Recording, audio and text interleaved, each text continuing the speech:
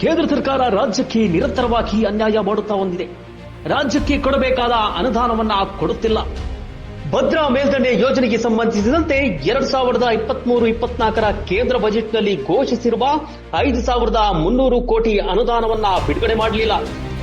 ಕುಡಿಯುವ ನೀರು ಒದಗಿಸುವ ಮಹದಾಯಿ ಯೋಜನೆಗೆ ಕೇಂದ್ರ ಪರಿಸರ ಇಲಾಖೆ ಇನ್ನೂ ಅನುಮತಿ ನೀಡಿಲ್ಲ.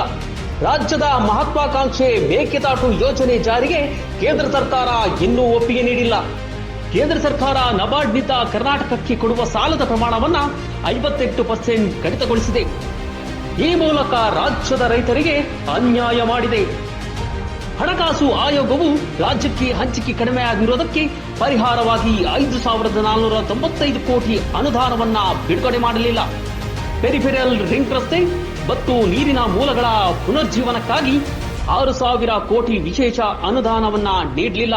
15ನೇ ಹಣಕಾಸು ಆಯೋಗವು ರಾಜ್ಯಕ್ಕೆ ಹೆಚ್ಚುವರಿ ಅನುದಾನ ಒದಗಿಸಲಿಲ್ಲ. ರಾಜ್ಯದ ಮುಖ್ಯಮಂತ್ರಿಗಳು, ಉಪಮುಖ್ಯಮಂತ್ರಿಗಳು, ಸಚಿವರು ಹಲವು ಹಂತಗಳಲ್ಲಿ ಪ್ರಧಾನಮಂತ್ರಿಗಳಿಗೆ ಹಾಗೂ ಸಂಬಂಧಿಸಿದ ಸಚಿವರನ್ನ ಭೇಟಿ ಮಾಡಿ ಕೇಂದ್ರ ಸರ್ಕಾರದಿಂದ ಸಿಗಬೇಕಾದ ಅನುದಾನದ ಕುರಿತು ಮನವಿ ಸಲ್ಲಿಸಿದ್ದಾರೆ. ಆದರೆ ಬಿಜೆಪಿ ಸಂಸದರು, ಕೇಂದ್ರ ಸಚಿವರು ಯಾರೊಬ್ಬರು ರಾಜ್ಯಕ್ಕೆ ಆಗುತ್ತಿರುವ ಅನ್ಯಾಯದ ವಿರುದ್ಧ ಸಂಸತ್ತಿನ ಒಳಗಾಗಲಿ ಹೊರಗಾಗಲಿ ಧ್ವನಿ ಎತ್ತಲಿಲ್ಲ ಎಂದು ಪ್ರಧಾನಮಂತ್ರಿಗಳನ್ನ ಒತ್ತಾಯಿಸಲಿಲ್ಲ.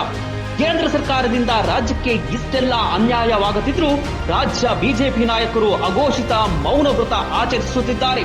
ಕೇಂದ್ರದಲ್ಲಿ ಅಧಿಕಾರಕ್ಕೆ ಬರಲು ಬಿಜೆಪಿಯವರಿಗೆ ಕನ್ನಡಿಗರ ಮತಗಳು ಮಾತ್ರ ಬೇಕು, ಕನ್ನಡಿಗರ ಶ್ರೇಯಸ್ಸು ಬೇಡ.